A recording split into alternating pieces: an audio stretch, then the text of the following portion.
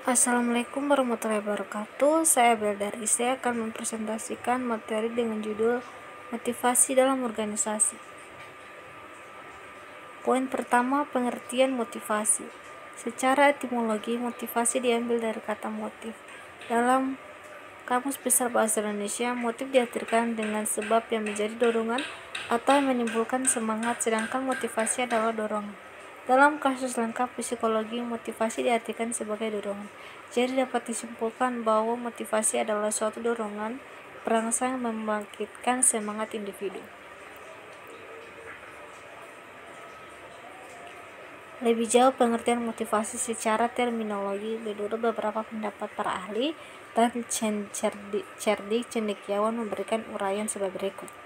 Menurut John W. Centrock mengungkapkan motivasi adalah proses yang memberi semangat, arah dan kegigihan perilaku. Artinya perilaku yang termotivasi adalah perilaku yang penuh energi, berarah dan bertahan lama.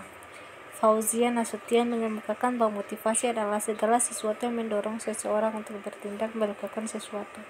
Mardianto mengemukakan bahwa motivasi adalah terkait dengan dorongan yang terdapat pada diri seseorang untuk melakukan sesuatu. Jenis-jenis motivasi. Motivasi intrinsik.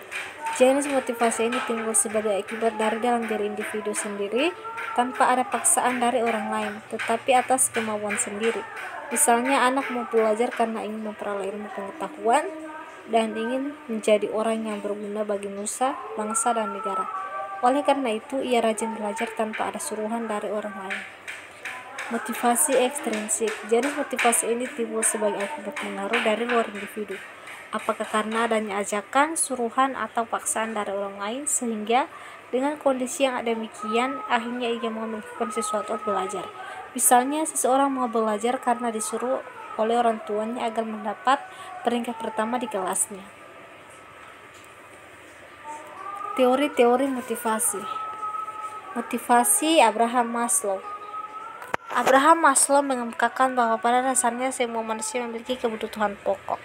Ia menunjukkan dalam 5 detik tingkatan yang berupa piramid orang mulai dorongan dari tingkat bawah.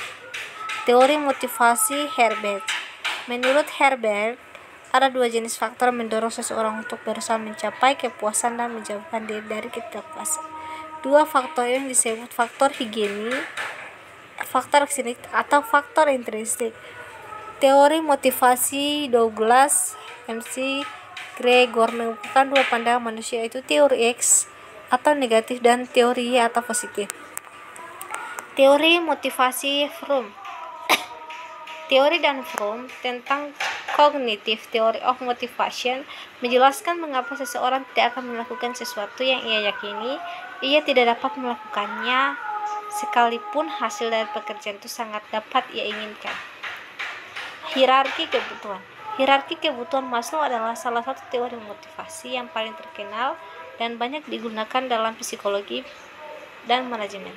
Teori ini pertama kali dikemukakan oleh Abraham Maslow dalam bukunya berjudul A Theory of Human Motivation. Pada tahun 1943, teori ini menggambarkan bagaimana manusia memiliki berbagai tingkatan kebutuhan yang menjadi dasar motivasi mereka. Dalam makalah ini kita menjelaskan Maslow. Sekian presentasi dari saya. Wassalamualaikum warahmatullahi wabarakatuh.